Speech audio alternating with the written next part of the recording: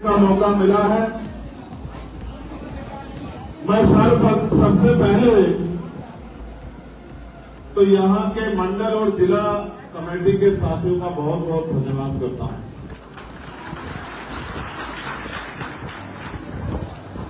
मैं भाई पटेल साहब,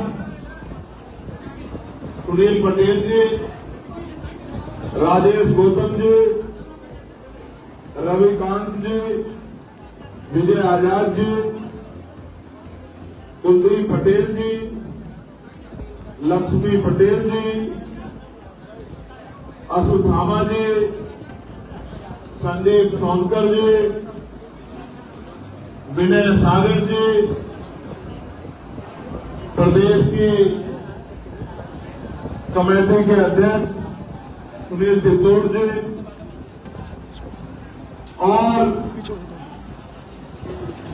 विधानसभा जिले मंडल के तमाम पदाधिकारियों को बधाई देता हूं कि उनकी मेहनत से आज का आपका कार्यक्रम सफल होने के लिए जा रहा है। मैं अपने युवा मोर्चा के साथियों का, मिशन 78 के साथियों का, अधिवक्ता सेल के साथियों का, किसान संगठन के साथियों का, भाईचारा कमेटी के साथियों का भी धन्यवाद देता हूं।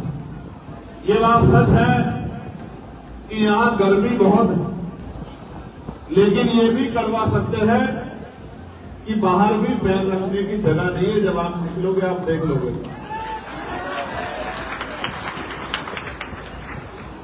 और अभी तो छोटे छोटे साधनों से आपको अपने बड़े बड़े लक्ष्य साधने हैं। तो इस गर्मी से, कुर्सी की कमी से, जगह की कमी से हिम्मत हारने की जरूरत नहीं। इस तरह की तमाम परीक्षाओं से गुजरकर आपको स्वाभिमान सम्मान का जीवन खुद भी प्राप्त करना है और अपने जैसे बहुसंख्यक लोगों तक भी पहुंचाना। प्यारे भाइयों, मैं अपनी बात को शुरू करने से पहले समय समय पे दुनिया में जन्मे सभी संतों, गुरुओं और महान पुरुषों को भी नमन करता हूं। महामानव तथागत बुद्ध से लेकर जगत गुरु सतगुरु रविदास जी महाराज, भगवान वाल्मीकि महाराज, गुरु नानक देव, संत कबीर, संत गाडगे जी महाराज, नारायण गुरु घासीदास, सामाजिक परिवर्तन के महान योद्धा और शिक्षा के अग्रदूत राष्ट्रपिता ज्योतिबा फूले, मां सावित्रीबाई फूले, आरक्षण के जनक और सामाजिक न्याय के पुरोधा छत्रपति साहू जी महाराज, देश को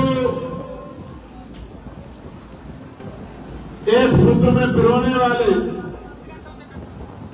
भारतीय संविधान के निर्माता, करोड़ों नारियों के मुक्तिदाता, शोषितों वंचितों के महानायक डॉक्टर बाबा साहब अम्बेडकर को भी नमन करता हूं। मैं नमन करता हूं महान सम्राट अशोक जी को, और मैं नमन करता हूं जिन महानायक की मूर्ति पर आज मैं माल्यार्पण करके यहां पहुंचा हूं। बटे हुए भारत को मोतियों की तरह पिरोने वाले और वास्तविकता में प्रधानमंत्री पद के सबसे मजबूत उम्मीदवार जिनको नकारा गया व्यवस्था के कारण सरदार वल्लभ भाई पटेल जी को भी नमन करता हूं।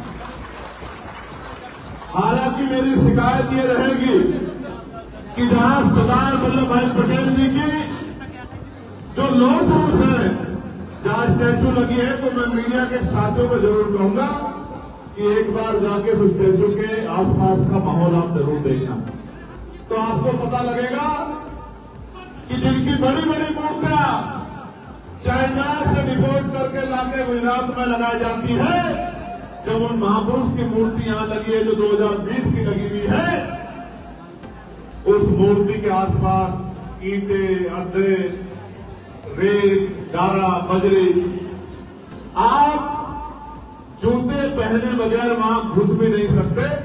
इस तरह की व्यवस्था यहां महापुरुषों का अपमान के जिले में हो रहा है। इस बात को भी मीडिया के साथियों को जरूर उठाना चाहिए। हालांकि मुझे विश्वास है कि जिस मांग को मैं उठाता हूं और कोई काम बाद में करना पड़े, उस मांग की तरफ पहले ध्यान देना पड़ता है। सरकार की आजकल देख रेख हमसे ज्यादा कोई नहीं कर रहा है कि सरकार गलत क्या कर रही है, और सही जिस दिन करेगी उस दिन भी आपको बता देंगे। अभी तो सही नहीं कर रहे। प्यारे साथियों, मैं महामना रामचंद्र वर्मा जी को भी याद करता हूं, मैं चौधरी महाराज सिंह भारती जी को भी, मैं प्यारेलाल यादव जी को भी, ईवी प्रजा रामानायकर स्वामी जी को भी, बाबू जगदेव प्रसाद कुशवाहा जी को भी, जननायक कपूरी ठाकुर जी को भी, मां फातिमा शेख जी को भी, मां मंतिकाबाई लोधी जी को भी, मां झलकारी बाई कोरी जी को भी, मैं तमाम वीरांगनाओं को, जिनमें मां फूलन देवी भी है, नमन करता हूं, जिन्होंने अपने साहस, अपने पराक्रम से लोगों को रास्ता दिखाने का काम किया। मैं बाबू श्री व्यास जोशिया जी को, संत रामप्रिय प्रजापति जी को, मान्यवर दीना भाना वाल्मीकि जी को और मान्यवर साहब श्री काशीराम अपने गुरु और भगवान बिरसा मुंडा जी को भी याद करता हूं। प्यारे साथियों, मैं इन महापुरुषों का जिक्र बार बार इसलिए करता हूं कि जो आने वाली पीढ़ियां हैं और वर्तमान की जो नौजवान नेतृत्व है, जब तक वो अपने महापुरुषों को पढ़ेगा नहीं, अपने महापुरुषों को जानेगा नहीं, मुझे नहीं लगता कि वो अपने महापुरुषों के रास्ते पे चल सकता। अपने महापुरुषों के रास्ते पर चलने के लिए उनको अपने महापुरुषों को पढ़ना पड़ेगा, जानना पड़ेगा, उनके संघर्ष को समझना पड़ेगा और उनके दिखाए रास्ते पे चलना पड़ेगा, तभी जाके आंदोलन सफल हो सकते। इसके अलावा कोई रास्ता नहीं। प्यारे साथियों, ये जो प्रमुख सम्मेलन हम लोग कर रहे हैं और आज ये 13वां प्रमुख सम्मेलन है, तो मिर्जापुर मंडल के साथियों को और यहाँ के पत्रकार बंधुओं को ये जानना चाहिए कि इस कार्यक्रम का नाम प्रमुख जन सम्मेलन क्यों। सम्मानित बंधुओं, माताओं, बहनों, नौजवान साथियों, गौर करो, इस प्रदेश में और देश में पहले भी प्रमुख जन सम्मेलन होते थे, लेकिन उन प्रमुख जन सम्मेलन में एक ही जाति के लोग वक्ता होते थे, एक ही जाति के लोग अतिथि होते थे और बाकी सब लोगों को उनकी बात को सुनने के लिए सामने बिठाया जाता। ये माना जाता था, समझा जाता था कि एक ही जाति के लोग प्रभु हैं, लेकिन भगवान बुद्ध को मानने वाले, जगत गुरु रविदास जी को मानने वाले और संतों गुरुओं महान पुरुषों को मानने वाले हम जैसे अम्बेडकरवादी जब संघी ये मानते हैं, न्यायवादी हम ये मानते हैं कि जब से बाबा साहब अम्बेडकर का संविधान लागू हुआ है, तो इस वंचित समाज में भी डॉक्टर, इंजीनियर, IAS, IPS, वकील, जज, प्रोफेसर, शिक्षक, पत्रकार, तमाम लोग पैदा हुए हैं, तमाम लोग तैयार हुए हैं और उनकी बदौलत प्रदेश और देश तरक्की के रास्ते पर चल रहा है। आज इस देश के चीफ जस्टिस शेड्यूल कास्ट से आते हैं। आज इस देश की राष्ट्रपति महामहिम हमारी राष्ट्रपति द्रौपदी मुर्मू जी, वो आदिवासी समुदाय से आती है। आज इस देश के प्रधानमंत्री जो तीसरी बार इनको सत्ता मिली है, वो खुद से कहते हैं कि मैं पिछले वर्ग से आता हूं। तो जिस समाज में प्रधानमंत्री हो, जिस समाज से मुख्यमंत्री हो, जिस समाज से राष्ट्रपति हो, जिस समाज से सर्वोच्च न्यायालय के मुख्य न्यायाधीश हो, वो समाज प्रबुद्धन समाज क्यों नहीं हो सकता, ये हमें सोचना चाहिए। और जब मैं देखता हूं कि बाबा साहब अम्बेडकर ने कहा था, जिस समाज में 10 डॉक्टर, 10 इंजीनियर, 10 वकील तैयार हो जाएंगे, उस समाज के हक अधिकारों को कोई छीन नहीं सकता है, उस समाज के हक अधिकारों को लूट नहीं सकता है। तो मैं मानता हूं कि हमारे लोगों में भी आज लाखों जन तैयार हो गए हैं। बस वो प्रबुद्धजन लोग अपनी जिम्मेदारी को समझ लें। जिस तरह उन्होंने 1978 में अपनी जिम्मेदारी को समझ के गांव-गांव जाके लोगों को जागरूक करने का काम किया था, अगर वो प्रबुद्धजन समाज, retired doctor, retired engineer, retired कर्मचारी, पुलिस के साथी, जुडिशरी के साथी, वकील साथी, प्रोफेसर साथी, जो रिटायरमेंट होने के बाद घर में बैठ गए हैं, तो सोचते हैं कि भाई अब हमें कुछ नहीं करना है। पूर्व प्रधान, वर्तमान प्रधान, जिला पंचायत सदस्य, पूर्व विधायक, पूर्व सांसद, जो जिनके कंधों में जिम्मेदारी है कि समाज के हाशिए पे जो तबका है उसको साथ लेके चले, आज उन्हीं को जगाने के लिए प्रबुद्धजन सम्मेलन किए जाए। तो चलिए कहते हैं कि एक ही जाति के लोग प्रबुद्ध हैं, वो बाबा साहब अम्बेडकर के संविधान को नहीं मानते मेरे भाइयों, वो मनुस्मृति को मानने वाले लोग हैं। मनुस्मृति भी यही बात कहती है और ये दल भी यही बात कहते हैं। अगर कोई समानता की, न्याय की, भाईचारे की और एकता की बात करता है तो वो दल आजाद समाज पार्टी का श्रीराम है। इसके मत से आप यहां से यहां आगे देखोगे तो आपको शेड्यूल कास्ट के लोग भी मिलेंगे, शेड्यूल ट्राइब के लोग भी मिलेंगे, बैकवर्ड के लोग भी मिलेंगे, मुस्लिम भाई भी मिलेंगे, सिख भाई भी मिलेंगे। और आपको जानकर खुशी होगी कि पिछले 5 साल में आजाद समाज पार्टी ने एक ऐसा आंदोलन उत्तर प्रदेश के अंदर खड़ा किया है कि लोकसभा में हम 2 सीटों पे लड़े थे, 2 सीटों पे।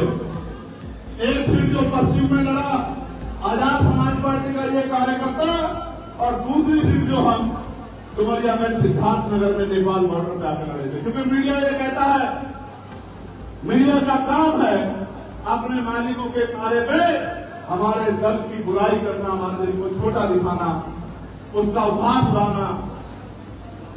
तो मीडिया कहता है कि आजाद समाज पार्टी पश्चिम का दल है, पश्चिम में इसकी जड़ें मजबूत हैं, इसलिए हम दूसरा चुनाव जब लड़े लोकसभा का, दूसरी सीट पर डुमरियागंज में जाके, तो एक सीट पे हमें 5 लाख से ज्यादा वोट मिले और आपका ये कार्यकर्ता लोकसभा पहुंचा। और दूसरी तरफ डुमरियागंज में 80,000 से ज्यादा मत लेके हमारी पार्टी का प्रत्याशी तीसरे नंबर पर पहुंचा और राष्ट्रीय पार्टी के लोग चौथे 5वें नंबर पर पहुंचे। प्यारे साथियों, ये जंगल में जो मंगल हुआ है, ये इन बहादुर नौजवानों की मेहनत से हुआ है, इनके संघर्ष से हुआ।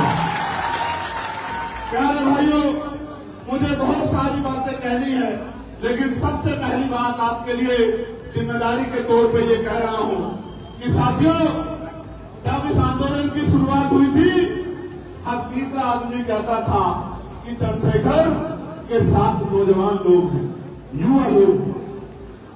ये कह के पता नहीं वो क्या साबित करना चाहते थे। या तो वो ये कहना चाहते थे कि युवा कमजोर होता है, क्या वो ये कहना चाहते थे कि युवा गैर जिम्मेदार होता है, क्या वो ये कहना चाहते थे कि युवा कुछ कर नहीं सकता है। आज मैं उनको कहना चाहता हूं, इन्हीं युवाओं के बदौलत और समाज के उस मजबूर संघर्षशील तबका जो उम्र में तो 50 के करीब पहुंच गया, 60 के करीब पहुंच चुका, लेकिन महापुरुषों के मिशन को चलाने के लिए उनका दिल युवा वाला है। इन तमाम साथियों के बदौलत बड़े बड़े पैसे वाले, पावर वाले, बड़े बड़े काम वाले दलों को पटखनी देते हुए आजाद समाज पार्टी ने अपना लोहा मनवाने का काम।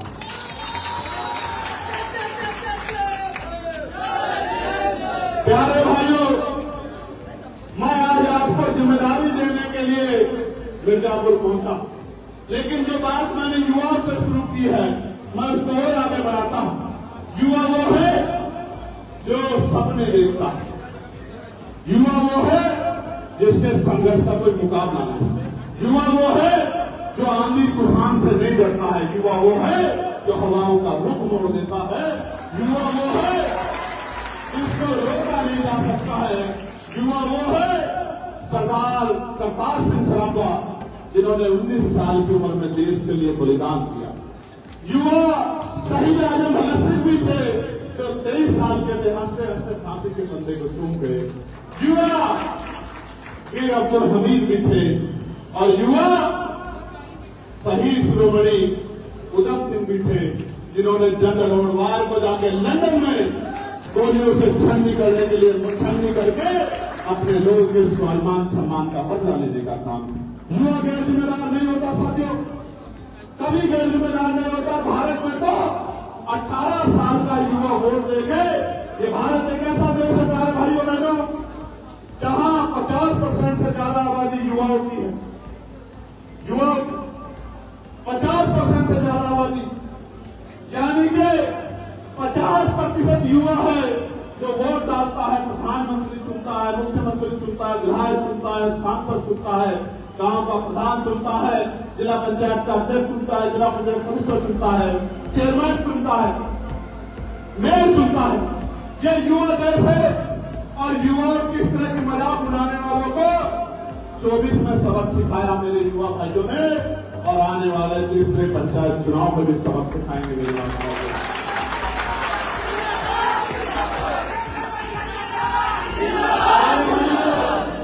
मैं आपसे आग्रह करूंगा कि न ताली बजाना न नारा लगाना, बस मेरी बात पे गौर करना।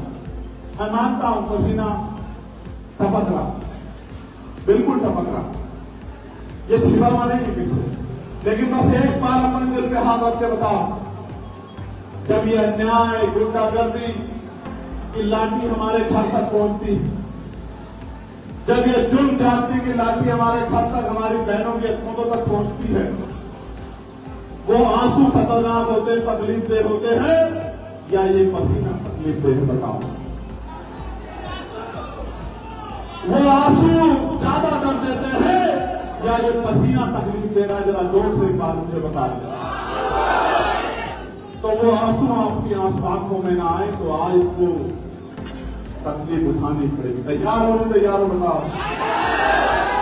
याद करो, खेती किसानी करने वाले परिवारों से जुड़े लोग, किसान जब खेती अपने खेत को जोतने का काम करता है तो पसीना बहता, वही पसीना मिट्टी में धरती में मिलता है, वो आपका पसीना किसानों का, मजदूरों का, और जब वो मिट्टी में मिलता है तभी फसल पैदा होती है। अगर ये पसीना नहीं बहेगा तो फसल नहीं तैयार होगी, और फसल नहीं तैयार होगी तो आने वाली नस्लों को भूखा मरने के लिए छोड़ा नहीं जा सकता। मेरे भाइयों, प्यारे साथियों, प्रबुद्धजन सम्मेलन के बारे में मैंने आपको बता दिया। अब मैं आपको बताना चाहता हूं कि प्रबुद्धजन सम्मेलन के जरिए किन विषयों को हम लोग उठाने का काम करें। ये प्रबुद्धजन सम्मेलन सहारनपुर से शुरू हुआ, हापुड़ में हुआ, गाजीपुर में हुआ, आगरा पहुंचा, लखनऊ पहुंचा, झांसी पर हुआ, मऊ में पहुंचा, बहराइच हुआ, आज आपके यहां है। ये 13वां सम्मेलन है और इसके बाद 5 सम्मेलन बाकी। इस बीच में लास्ट सम्मेलन हम लोग गोरखपुर में करके आए थे। गोरखपुर में शानदार सम्मेलन हुआ, बहुत बड़े पैमाने पर लोगों ने प्रतिभाग किया। 2 दिन तक बारिश होती रही, मन में एक भाव थे, तकलीफ था कि 2 दिन की बारिश के बाद लोग आ जाएंगे नहीं आ जाएंगे। और मैं दिल से बधाई देता हूं कि वहां भी हॉल छोटा पड़ा था और यहां भी हॉल छोटा था। ये वो लोग हैं जो जिनको ना पैसा दिया गया, ना मिठाई दी गई, ना गाड़ी करके दी गई, जिन्होंने अपने पेट को काट काट के एक पैसा जोड़ के जिन्होंने ये सम्मेलन कराया और यहां तक पहुंचकर मुझे हिम्मत देने का काम किया, इसलिए मैं पुनः आपसे बधाई देता हूं। प्यारे साथियों, गोरखपुर के बाद आज आपके जिले में जो मांगे हमने उठाई थी, उनमें महत्वपूर्ण मांग ये थी कि मंडल कमीशन की सिफारिशें जो बाकी सिफारिशें वो लागू होनी थी। मंडल कमीशन जब आया था उसकी 2 सिफारिशें लागू हुई थी, अभी 38 सिफारिश बाकी। क्या आप चाहते हो मंडल कमीशन की सिफारिश लागू हो? दोनों हाथ उठा के बताओ, चाहते हो नहीं चाहते हो? जरा एक बार गौर से सुन लो। मंडल कमीशन की सिफारिश लागू होगी तो पिछड़े वर्ग के भाइयों को के अधिकार मिलेंगे। आप चाहते हैं पिछड़े वर्ग के भाइयों को उनके अधिकार मिले? जोर से बताओ।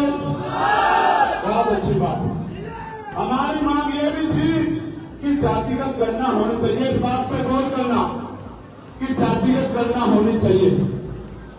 जब हमने मांग उठाई तो जातिगत गणना की मांग को सरकार ने मान लिया।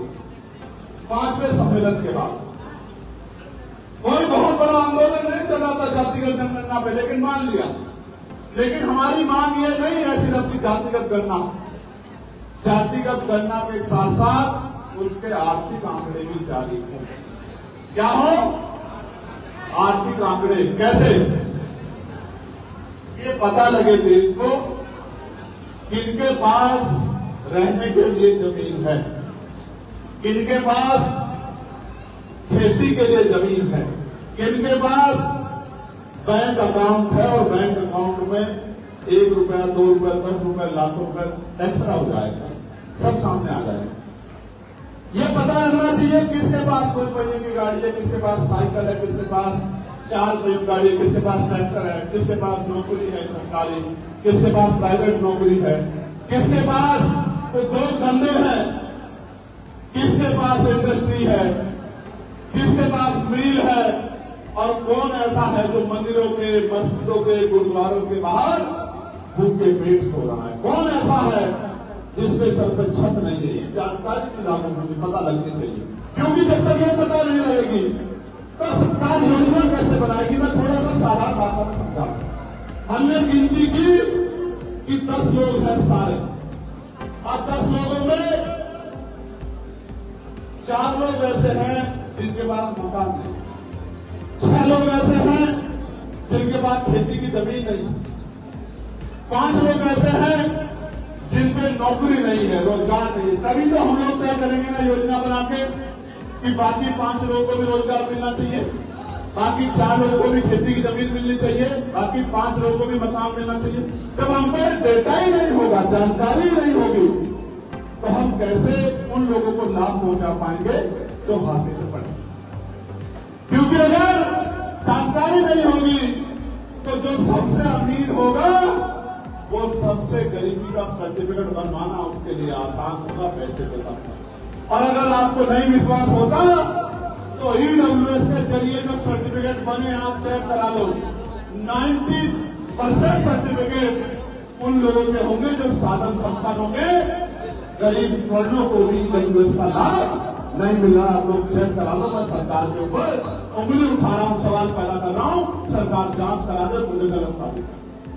मैंने अपने गांव में देखा था, मेरे गांव में जिसके पास सबसे बड़ा कारखाना था तो उसके पास गरीबी रेखा से नीचे वाला कार्ड था। मेरे हाथ में मैंने अपनी आंखों से देखा।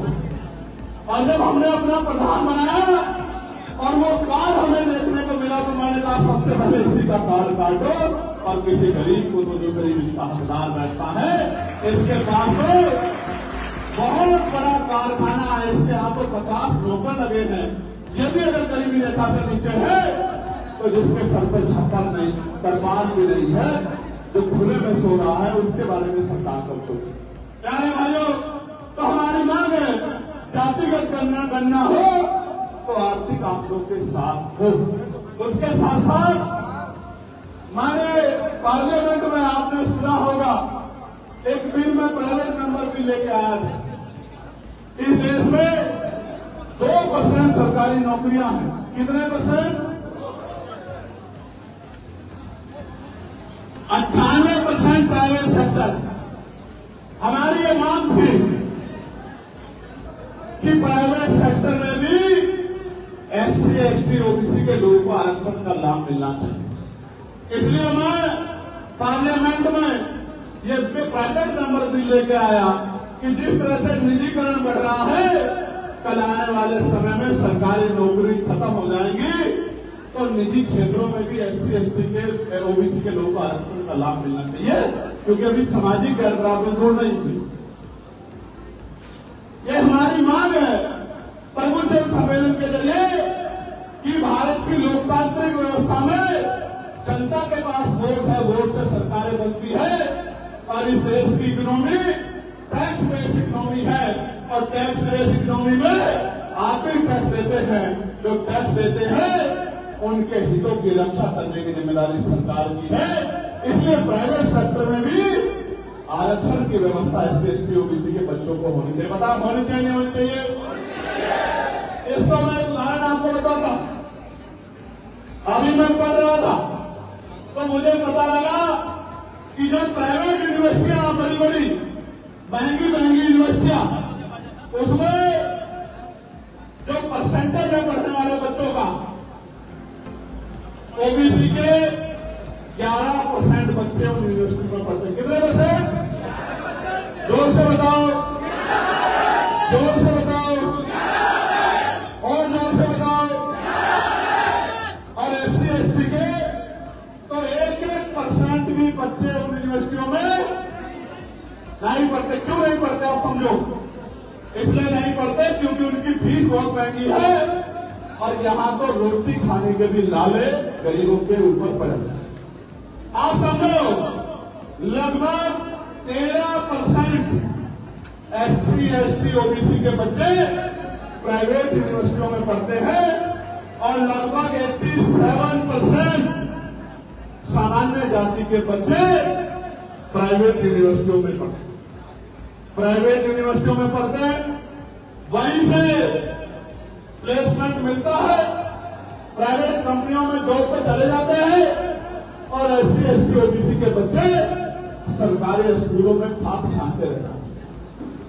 इसलिए मैं कह रहा हूं कि जब तक प्राइवेट सेक्टर में आरक्षण लागू नहीं होगा तो आपके मेहनती बच्चों को भी अवसर इन संस्थानों में नहीं। प्यारे साथियों, जिस तरह से SC ST OBC का अन्याय प्रचार हो रहा है, उसके लिए, उसको रोकने के लिए जो सरकार अन्याय प्रचार को बढ़ावा दे रही है उसको हटाना जरूरी है। मैं एक उदाहरण देता हूं, किसी जिले का नहीं, आप ही के जिले का देता हूं। प्रदीप पटेल के साथ क्या हुआ? क्या हुआ प्रदीप पटेल के साथ? क्या हुआ? मछली पकड़ने गया,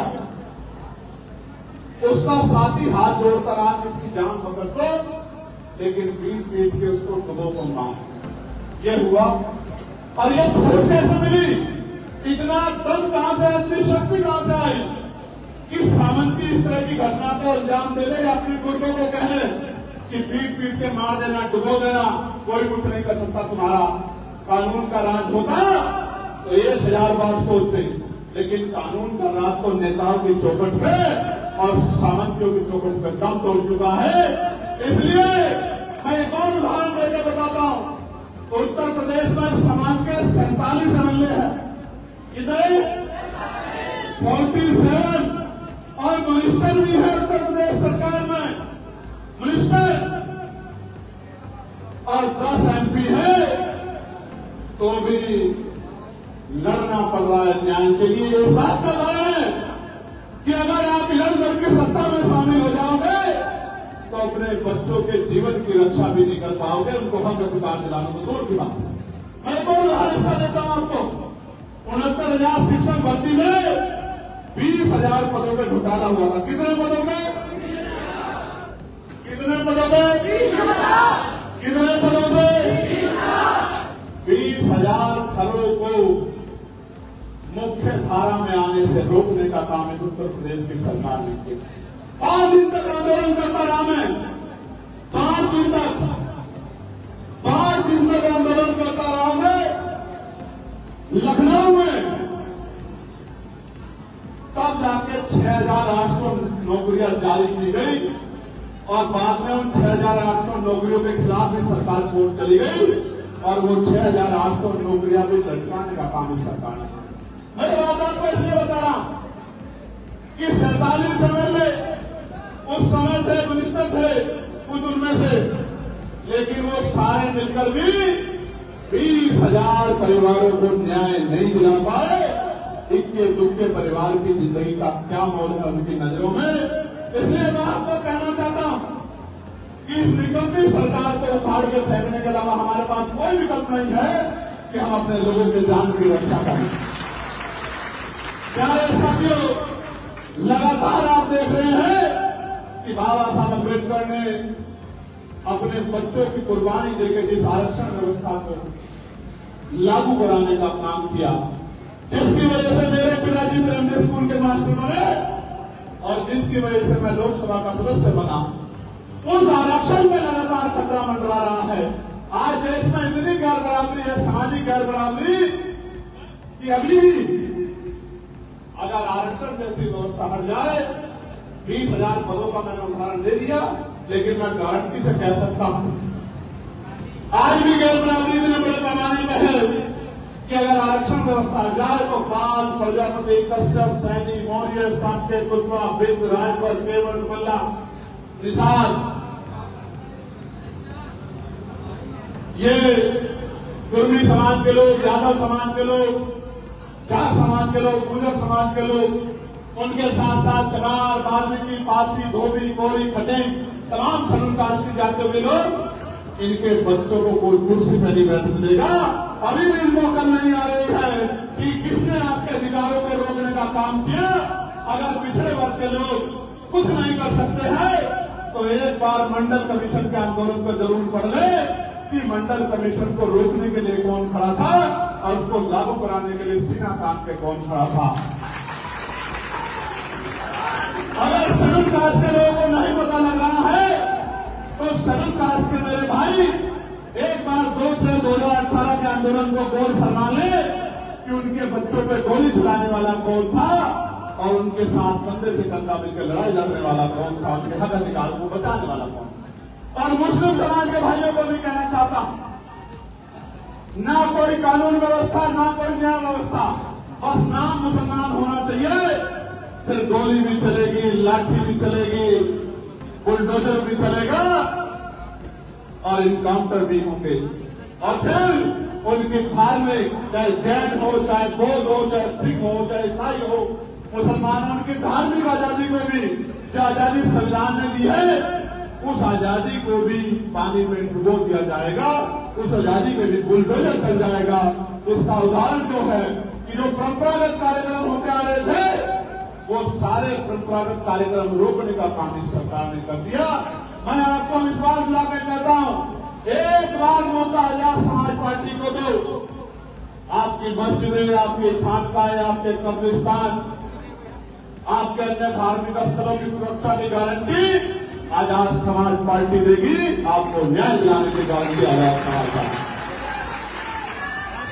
प्यारे साथियों, एक आखिरी मांग जो हम लोग लंबे समय से पहले दिन से उठा रहे हैं, मैं ये जानना चाहता हूं, बाबा साहब अम्बेडकर के द्वारा जो वोट का अधिकार दिया गया है, आप इसकी शक्ति को समझते हो नहीं समझते हो? जोर से बताओ, समझते हो नहीं समझते हो? तो ये बताओ, जो लोग चाहते हैं कि ईवीएम से चुनाव हो वो हाथ खड़ा कर लो। जो चाहते हैं ईवीएम से चुनाव हो, जोर से सुन लो, कान खोलकर सुन लो, ऐसा ना हो आप गलत दिशा में हाथ उठा दो। जो लोग चाहते हैं ईवीएम से चुनाव हो वो हाथ खड़ा कर लें।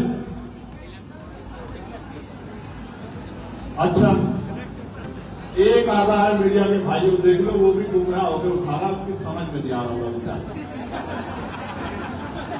और इसको सत्यता करा देता हूं अभी, जो लोग चाहते हैं बैलेट पेपर से चुनाव हो, जरा दोनों हाथ खड़ा कर लो,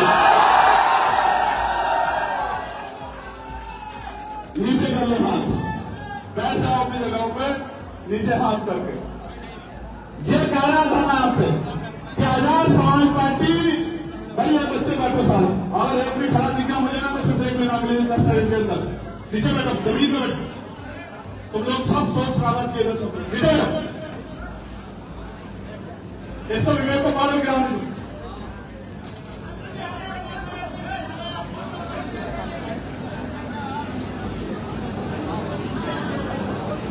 अभी बहुत चप्पल घिसनी पड़ेगी। नीचे बैठो, आराम से, कपड़े नहीं पहनेंगे तुम्हारे, नीचे बैठो। आंदोलन है, इस आंदोलन के लिए तैयार हो जाओ। इस भट्टी में संघर्ष, भट्टी में तपने के लिए तैयार हो जाओ, तभी सोना बनोगे, वरना कोयला बन जाओगे, कोई नहीं पूछेगा। यहाँ तो कोयले के भी दाम भी है, आपका कोई दाम नहीं लगेगा अगर आप समझदार बनोगे। पड़ोसी मार के बैठो, घबराओ मत, इन्हें देखो नौजवानों को किचन में बैठे आप लोग को फिर भी चादर बैठो, ढंग से बैठो। बस कंधे पे आके हाथ रखते हुए किसी को मुझे बिठाना पड़ा तो फिर देख लेना।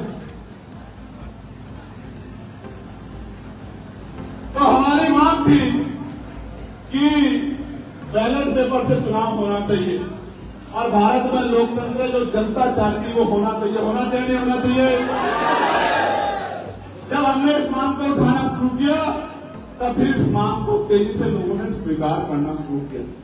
प्यारे साथियों, अभी वोट चोरी को लेकर भी बहुत बड़ी चर्चा देश में चल रही है और हमारे पास तो नोट होना हो हमारी शक्ति बनाने के लिए अगर हम पे सबसे मजबूत कुछ है तो हमारी वोट। इस वोट में इतनी शक्ति है, जिसे चाहे कुर्सी में बिठा लो और जिसे चाहे कुर्सी में उठा के पटक लो, इतनी शक्ति इस वोट में। लेकिन सम्मानित साथियों, अब इस वोट की रक्षा कैसे करोगे? इस वोट की रक्षा ऐसे होगी जब आप सब लोग जो एक नारा मैंने एक हफ्ते 10 दिन पहले दिया कि हमें इस वोट की रक्षा, माननीय काशीराम साहब कहते थे बैलेट के साथ साथ बुलेट की तैयारी भी करनी पड़ेगी। कहते थे नहीं कहते थे? लेकिन मैं आपसे कह रहा हूं बैलेट के साथ साथ हमें वोट की रक्षा की तैयारी भी करनी पड़ेगी। कैसे? आपके बूथ पे वार्ड में जो पढ़े लिखे नौजवान हैं कंपटीशन की तैयारी कर रहे हैं, 11वीं में हैं, 12वीं में हैं, 10वीं में हैं, 18 साल पार हो गए हैं, जो ठंडा उठाकर मेरी एक आवाज पर दिल्ली तक चले जाते हैं, लखनऊ तक चले जाते हैं, जो मुझे देखने के लिए आंधी तूफान में खड़े रहते हैं, जो मेरी एक आवाज पर अच्छे से अच्छे ताकतवर जालिम को मुंह तोड़ जवाब देने के लिए तैयार रहते हैं। उन भाइयों से कह रहा हूं जो मेरे सामने बैठे हैं, भले ही मेरा नारा मत लगाओ, जिंदाबाद मत करो, मुझे माला ना पहनाओ, मुझसे मिलो मत, लेकिन अगर सच में मुझसे प्यार करते हो तो इस समय को बर्बाद मत करो। हर व्यक्ति, हर नौजवान अपने अपने वोट की जिम्मेदारी उठाओ, वोट वॉरियर बनो, वोट रक्षक बनो, डेटा तैयार करो, एक एक वोट को संगठित करो, मेरी बात को घर घर तक पहुंचाने का काम करो और इस बात को मजबूत करने का काम करो जिससे आपकी आने वाली पीढ़ियां सुख सुविधा और सम्मान का जीवन प्राप्त कर सके। करोगे नहीं करोगे बताओ? कैसे आप आज मोटरसाइकिल लेकर दौड़े? मुझे आपके 1 महीना नहीं चाहिए, मुझे हफ्ते में आपके 2 दिन 1 दिन चाहिए, उसके भी कुछ घंटे चाहिए। कितने दिन? 1 दिन और 1 दिन के भी कुछ घंटे। दूर मत जाओ, मैं जानता हूं आपकी जेब में पैसे नहीं होते, कहां से लाओगे पैसे मैं जानता हूं। दूर मत जाओ, अपनी गली को, अपने वार्ड को तैयार करो, एक एक घर जाओ, डेटा बनाओ, ट्रेनिंग कराएं, जिम्मेदारी उठाओ, अपने विधानसभा अध्यक्ष को दो कि मैं अपने वोट का, अपने भाई को ताकत देने के लिए, अपने गरीब परिवारों के आंसू पहुंचने के लिए मैं वोट रक्षक बनने का काम करूंगा। मेरा नाम पता नंबर नोट कर लो, मुझे जो काम आप बताओगे उसको मैं करने का काम करूंगा। जिम्मेदारी उठाओ अगर आप मुझसे प्यार करते हैं।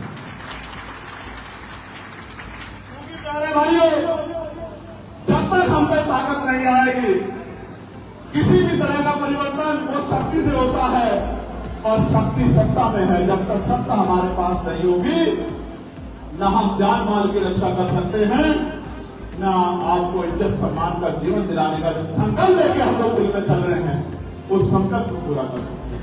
मैं आपके सामने ये बात दोहराना चाहता हूं। मैं जब लोकसभा में गया, 1 साल से ज्यादा का समय हो गया। इस बार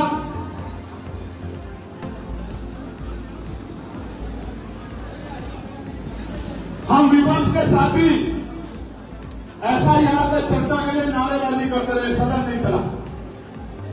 लेकिन मैंने देखा सरकार ने अपने सारे बिलों को पास करा दिया, यानी कि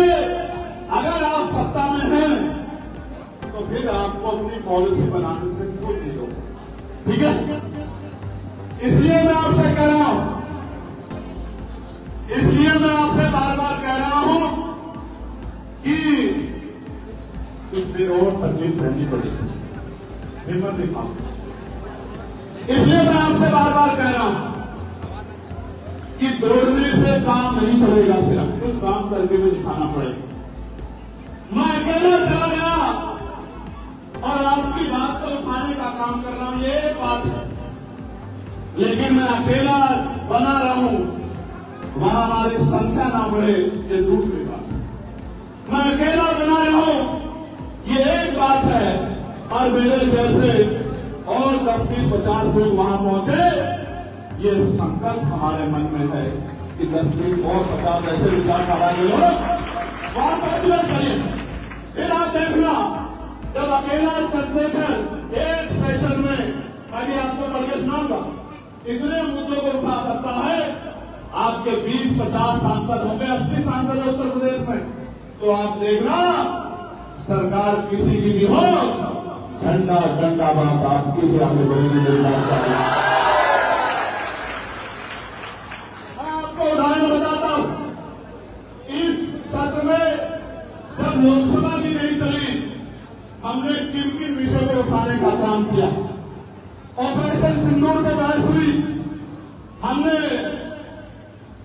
para military force, CRPF, CISF, BSF, ITBP, SSB, RRF, तमाम भाइयों पे वेतन, क्योंकि उनकी वजह से हम लोग सुरक्षित रहते हैं, उनके वेतन पर जो टैक्स लगा हुआ है, उनके इनकम पे जो टैक्स लगी हुई है, हमने उस टैक्स को खत्म करने की मांग उठाई, जो पार्लियामेंट में किसी भी सांसद ने आज तक नहीं उठाई। ये सीआईए और सीआरपीएफ के जवान हमारी रक्षा करते हैं, ये पुलिस के जवान हमारी रक्षा करते हैं, इनकी वजह से हम सुरक्षित रहते हैं। इनके वेतन में भी टैक्स होता है, वो टैक्स जब नेताओं के वेतन पे नहीं है तो इनके वेतन पे भी नहीं होना चाहिए, जो हमारे डीसी है। दूसरा, ये स्कूल सरकार उत्तर प्रदेश की स्कूलों को बंद करने के नाम पर बंद कर रही थी। पार्लियामेंटों के बाहर तख्ती लेके घंटों घंटे खड़े होकर मीडिया के जरिए हमने उस गलत पॉलिसी को रोकने का विरोध किया, और जब पार्लियामेंट चली तो सवाल पूछकर, पत्र लिखकर सरकार को जगाने का काम किया, उनकी गलती का एहसास कराने का काम उनको किया, और उसका फायदा ये हुआ कि अंततः सरकार को वो स्कूल बंद करने का आदेश वापस लेना पड़ा। और आप जानो, सरकारी स्कूलों में किसके बच्चे पढ़ते हैं? किसके बच्चे पढ़ते हैं? अमीरों के तो प्राइवेट स्कूल में पढ़ते हैं 87%, तो सरकारी स्कूलों में किसके पढ़ते हैं? तो ये स्कूल बंद होंगे तो किसका रास्ता बंद होगा? किसके भविष्य में ताला लगेगा? इसलिए लड़ाई लड़ने का काम किया। एक दवा एक दाम की पॉलिसी बने, इस बात को उठाने का काम किया कि एक ही दवा है, एक कंपनी उसको 10 रुपए में देती है, दूसरी कंपनी 50 में देती है, तीसरी कंपनी 100 में देती है, कोई बड़ी बड़ी कंपनी 500 में देती है। क्यों देती मैं बताता हूं।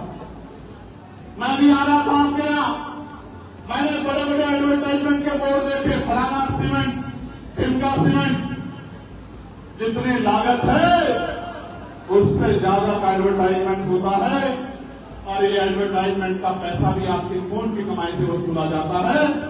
इसलिए हमने सरकार से मांग की कि एक दवा है, बनाने में एक लागत आ रही है, टैक्स उस पर एक लग रहा है, तो उसका दाम भी एक होना चाहिए। इसके लिए हमने आंदोलन करने का काम किया। बहन मनीषा जो हरियाणा की हमारी बहन थी, आप लोगों ने देखा होगा 9 दिन तक उसकी बॉडी लेकर उसके परिवार के लोग बैठे रहे। उस बहन की आवाज को हमने पार्लियामेंट में उठाने का काम किया और सरकार को सीबीआई जांच की घोषणा कर दी। प्यारे भाइयों, झालावाड़ में स्कूल गिर गया था, स्कूल की छत, 7 मासूम बच्चों की जान चली गई थी। उस झालावाड़ के स्कूल के ऊपर जांच हो और उन बच्चों के परिवारों को मुआवजा मिले और स्कूलों की स्थिति बदली जाए। इसके लिए हमने आंदोलन करने का काम किया। एसएससी के अभ्यर्थियों को, जो एसएससी के बच्चे हैं, उन अभ्यर्थियों को उनकी परीक्षा में जो घोटाला हो रहा है, कभी सेंटर दूर लगा देते हैं, कभी पेपर लीक हो जाता है, कभी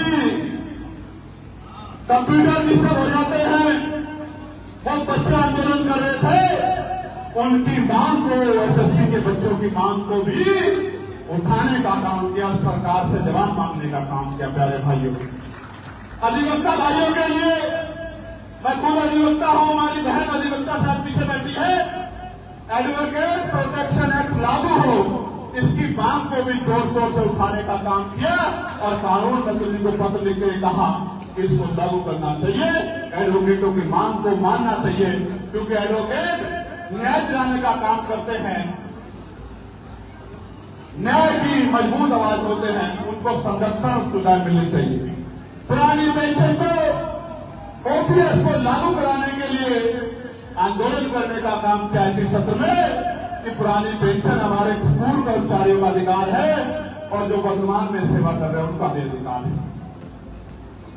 समान काम, समान वेतन और समान सम्मान लागू हो, इस कार्य को भी सरकार द्वारा पॉलिसी बनाई जाए।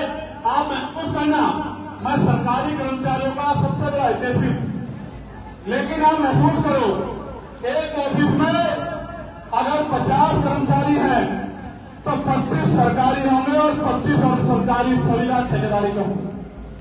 वो भी 8 घंटे काम करते हैं, ये भी 8 घंटे काम करते हैं। इनको एक महीने में 50,000 रुपए की सैलरी मिलती है, वहीं दूसरे को 6,000, 8,000, 9,000, 11,000 रुपए मिलते हैं। सम्मानित जीवन भी नहीं मिल सकता। आप देखो, उदाहरण बताता हूं, आशा बहनें, आंगनबाड़ी बहनें, भोजन माताएं, पंचायत सहायक, ग्राम रोजगार सेवक, पीआरडी के जवान, होमगार्ड भाई,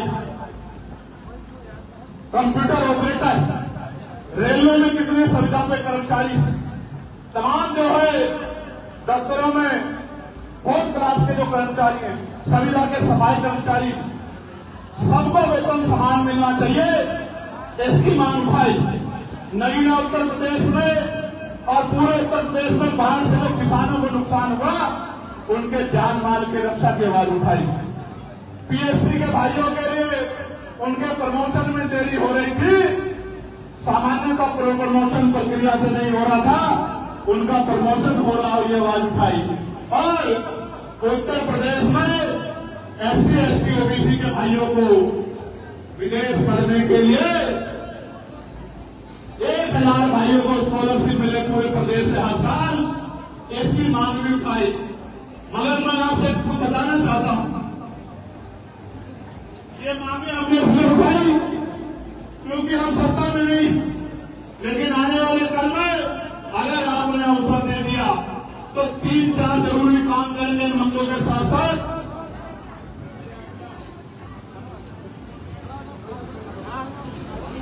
जब गौर से सुनो भाई, जब स्कूल में अध्यापक पढ़ाता है, जो बच्चे फॉर्म में देखते रहते हैं ऐसा ही असल सामान खड़े, ऐसे जो गैर जिम्मेदार बच्चे होते हैं, जिनका ध्यान इधर उधर होता है, बातें करने में, फॉर्म चलाने में, और जो गौर से नहीं सुनते, जब पेपर में सवाल आता है और क्योंकि उन्होंने पढ़ा नहीं होता है तो वो जवाब में कुछ नहीं लिख पाते, तो उनका रिजल्ट क्या आता है भाइयों, क्या आता है, तो रिजल्ट में फिर 2 घंटे ही 0 ही आते हैं।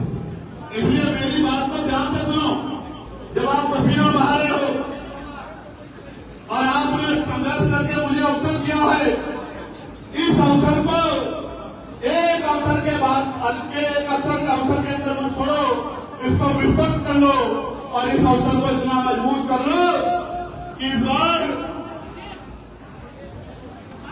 उनकी संख्या आपके जनप्रतिनिधियों की बढ़ जाए।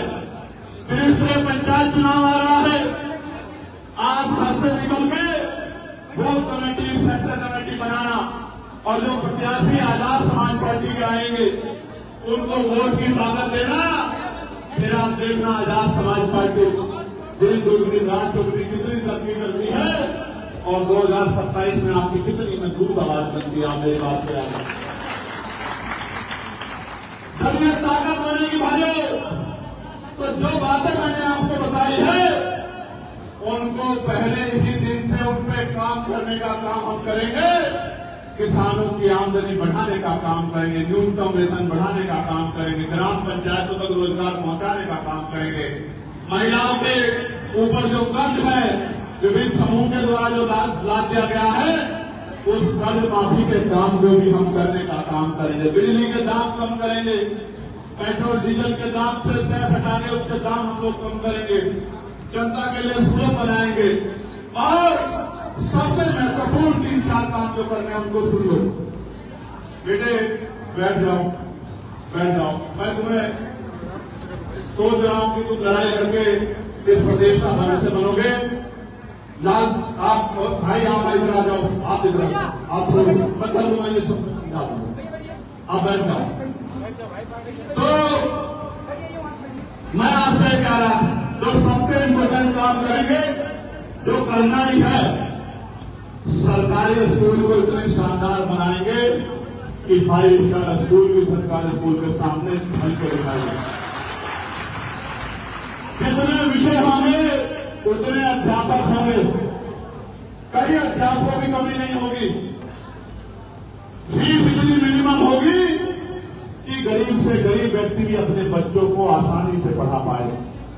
पंखे होंगे, कूलर होंगे, इससे भी काम नहीं चलेगा तो एसी लगाने का काम करेंगे, लेकिन अपने बच्चों को पढ़ाने का काम करेंगे। प्यारे भाइयों, 2000 रुपए नहीं दे पाएंगे अपने घर परिवार के लोगों को, 5 किलो राशन नहीं दे पाएंगे, लेकिन ऐसी शिक्षा देंगे कि 50,000 रुपए की नौकरी करने में आपके बेटे को कोई कठिनाई नहीं आएगी। 2000 रुपए के महीने के सहयोग से आपकी गरीबी नहीं कटेगी, 500 रुपए के 400 रुपए के राशन से नहीं गरीबी कटेगी, लेकिन 50,000 रुपए की नौकरी जब आपका बेटा बेटी करेगा तो आपकी गरीबी के दिन दूर हो जाएंगे और आपको इज्जत सम्मान की जिंदगी भी मिलेगी। मेरी बात का प्यारे भाइयों, सरकारी अस्पतालों में ऐसी सुविधा करेंगे कि प्राइवेट अस्पतालों में ताले लग जाएंगे। मेरी बात को आप याद रखें। प्राइवेट अस्पतालों के परिवारों में कोई बीमार होगा तो अपने बच्चों का इलाज कराने के लिए सरकारी अस्पताल के साथ जोड़ेंगे। डॉक्टर भी होंगे, सारी मशीनें भी होंगी, टेस्ट भी मुफ्त होंगे, दवाइयां भी मिलेंगी, सुविधाएं भी होंगी और तो हॉस्पिटलों की बिल्डिंग भी ऐसी होगी कि प्राइवेट हॉस्पिटल की ये जो मालिक है उनका कैबिन भी ऐसा नहीं होगा जैसे सरकारी हॉस्पिटल की बिल्डिंग बनाने का काम करेंगे आपके लिए। प्यारे भाइयों, आज जो जुल्म अत्याचार की लाठियां आपकी जो उठती है, बहन बेटियों की जो उठती है, वचन देकर कह रहा हूं आपको, नोट कर लो, इतनी अच्छी कानून व्यवस्था बनाएंगे किसी सामंती की हिम्मत नहीं पड़ी किसी गरीब की बच्ची का काम उठा के देखने वाली बात को। आज जो जमीनें दबा के बैठे हैं, कल आपकी जमीनें दबाना तो दूर, जिन्होंने जमीन दबा रखी कागज लेके आपके घरों में घूमते फिरेंगे अपनी जमीन वापस ले लो। इससे पहले कि चंद्रशेखर भाई तक की बात पहुंच जाए, अपनी जमीन वापस ले लो। और अन्याय अत्याचार करना तो बहुत दूर की बात हो जाएगी। अन्याय अत्याचार करने वाले प्रदेश छोड़ के भाग जाएंगे, इस बात का भी मैं आपको विश्वास दिलाता हूं। अगर कोई उत्तर प्रदेश में रहेगा तो कानून के राज को सर माथे माफ कर रहे हैं। प्यारे भाइयों, महिलाओं को रोजगार घर पे पहुंचाने का काम करेंगे, पढ़े लिखे नौजवानों को रोजगार से जोड़ने का काम करेंगे, पुरानी पेंशन को 500-700 रुपए से बढ़ा के कम से कम 2100 वृद्धा पेंशन को 2100 रुपए वृद्धा पेंशन करने का काम करें। आशा आंगनबाड़ी बहनों को, भोजन माताओं को रोजगार, ग्राम रोजगार सेवकों को, पंचायत सहायकों को कम से कम 21,000 रुपए का वेतन दिलाने का काम करेंगे। इस बात का भी मैं आपको विश्वास दिलाता हूं। जितने संविधान ठेकेदारी के कर्मचारियों को पक्का करने का काम करेंगे और सरकारी मुलाजिमों के बराबर तनख्वाह देने का काम करेंगे। इस बात का भी आपको विश्वास दिला। लेकिन यह तभी होगा कि नगीना की तरह आप भी अपने मन में संकल्प कर लो कि हमें आजाद समाज पार्टी अपनी पार्टी को ताकत देनी है। अगर मेरे अकेले से मत पड़ता, क्योंकि लोकतंत्र बहुमत का नाम है, तो मैं अकेला इस काम को कर देता हूं। अभी तो मैं अकेला लड़ रहा हूं। क्या इस बार आने वाले तीसरे पंचायत चुनाव में अपने दल को मजबूत करोगे नहीं करोगे बताओ? सारे हाथ नहीं उठ रहे हैं, दोबारा से उठाओ, एक बार सबको देखूंगा।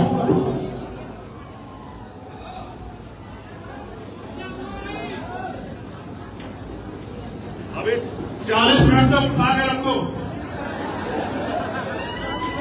जो 40 मिनट उठा के रखेगा उसी का माना जाएगा। नीचे करो। मेरा काम आपको तकलीफ देना नहीं है, आपकी तकलीफ खत्म करना है, आपके आंसू पूछना है, आपके विश्वास को मजबूत करना है, महापुरुषों के अधूरे काम को पूरा करना है। मेरा काम ये नहीं है कि मैं आपको तकलीफ दूं। और आप देखो, मैं आपको दिखाना नहीं चाहता था, मैं आपसे कम टक्कर नहीं दे रहा हूं। देखो गीली होगी है नहीं गीली होगी है, इस पसीने से नहीं डरता भाइयों मैं आपकी आंखों के टपकते हुए आंसू से डरता हूं, बस और किसी चीज से नहीं डरता। मेरी बात को आप याद रखें। मैं जेल से नहीं डरता, छोटे मुकदमों से नहीं डरता हूं, साजिशों से नहीं डरता हूं, गोलियों से नहीं डरता हूं। मेरे पिता ने मुझसे एक बात कहा था कि दुनिया में आना जाना ये सबके लिए है, लेकिन जाने के बाद लोग आपको क्यों याद रखे, इस बात को आप समझना। और क्या है भाइयों, जिस दिन गोली लगने के बाद मेरा मुझे जीवन मिला था, उस दिन मैंने ये तय कर लिया था, मुझे महसूस हो गया था कि मेरा जन्म आकर जाने के लिए नहीं हुआ है, आपके आंसू पूछने के लिए और महापुरुषों के दूसरे काम को पूरा करने के लिए। मेरी माँ बैठी है, मेरी बहनें बैठी हैं, पीछे खड़ी है, गर्मी में परेशान हो रही है। मैं आपसे भी कह रहा हूं, आजादी मांगने से लेकिन तो उसकी कीमत चुकानी पड़ती है। मुझे कल आपसे साथ की जरूरत पड़ेगी। रोज 1 रुपया अपने घर में उठा के रखा करो आजाद समाज पार्टी काशीराम के लिए, अपने आंदोलन के लिए उठा के रखा करो। एक गुल्लक बना लो, किसी डब्बे में रख लो, रोज 1 रुपया। लाखों रुपए नहीं मांग रहा, सैकड़ों रुपए नहीं मांग रहा, रोज 1 रुपया उठा के रखा करो। और जिस दिन आपसे कहूंगा उस दिन उस 1 रुपए को जो इकट्ठा हो जाए, कार्यालय पर आके जमा करा देना, सूद समेत वापस करूंगा, 1000 गुना आपको मिला। आपके बच्चों को नौकरी रोजगार देके, जुल्म जाति की आंधी को आपसे दूर हटा के और आपको सारी मान सम्मान का जीवन देंगे। क्योंकि आंदोलन महापुरुषों का सहयोग से चलेगा। आज भी इस कार्यक्रम को चलाने के लिए हमारे साथियों ने सहयोग इकट्ठा किया होगा। मैं आपका धन्यवाद करता हूं कि आपने मेहनत की कमाई से हमें सहयोग किया, लेकिन यह सहयोग आज के लिए नहीं, सहयोग को आगे बढ़ाने के लिए आपके बीच आया। मदद करोगे नहीं करोगे बताओ?